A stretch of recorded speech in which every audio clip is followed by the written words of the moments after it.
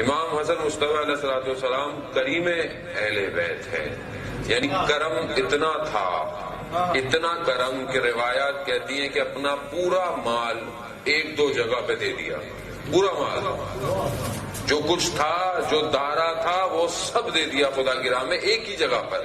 امام کی زندگی میں ایک شخص آیا اور پریشان تھا، امام سے اس نے خود نہیں کہا، امام کے برابر میں اس نے زمین پر لکھا کہ میرے پاس مولا صرف عزت بچ گئی ہے اور اس کا خریدار میں آپ ہی کو پاتا ہوں۔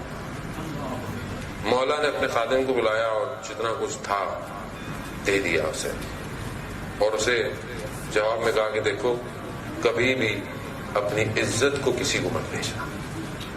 عزیزان محترم، ہمیں معاشرے میں خیال کرنا چاہیے، ہم مجبور نہ کریں۔ آپ امام کی سیرت کو اپنی سیرت میں اجاگر کریں، خود اصل میں اس سیرت کا ظہور آپ کے اوپر ضروری ہے۔ میں بھی تو کرم کروں، میرا بھی تو دسترخوان ہو امام حسن کے دسترخوان کے جیسا، میرے گھر پر بھی کوئی سائل آئے۔ مولا کو شخص نے لکھ کر دیا اپنی حاجت کو، دیا، مولا نے حاجت پڑھی نہیں، دے دیا۔ کہا مولا آپ نے پڑھی نہیں، اگر آپ پڑھتے تو بھی اتنا دیتے۔ کہا میں خدا کی بارگاہ میں شرمندہ نہیں ہونا چاہتا تھا کہ سائل اتنی دیر میرے دروازے پر کھڑا رہا۔ کیوں کہ میں اتنی دیر تمہاری مشکل پڑھتا، میں تمہیں دیتا، تم کھڑے، میں کیسے خدا کو سوال دیتا؟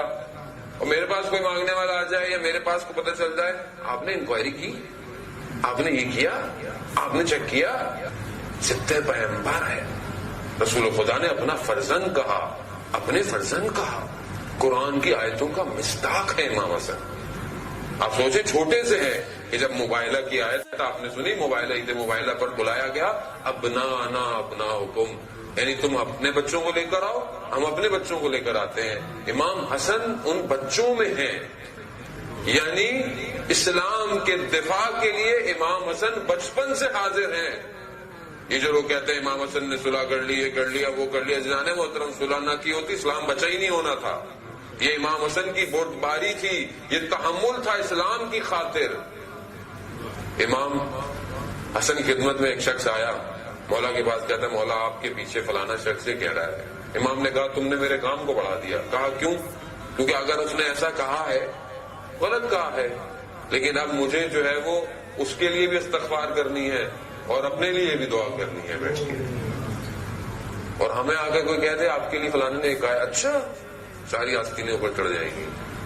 شامی آیا، آ کر جب مولا کو دیکھتا ہے، امام حسن علیہ السلام کو کیا دیکھتا ہے؟ امام کو برا بھلا کہنے شروع کر دیا، کہتا رہا، جب چپ ہو گیا مولا نے کہا لگتا ہے مسافر ہو، لباس چاہیے تو ہم دیتے ہیں، رہنے کی جگہ چاہیے تو ہم دیتے ہیں، کھانا چاہیے تو ہم دیتے ہیں، آذوقہ چاہیے، سفر کا سامان چاہیے تو ہم دیتے ہیں۔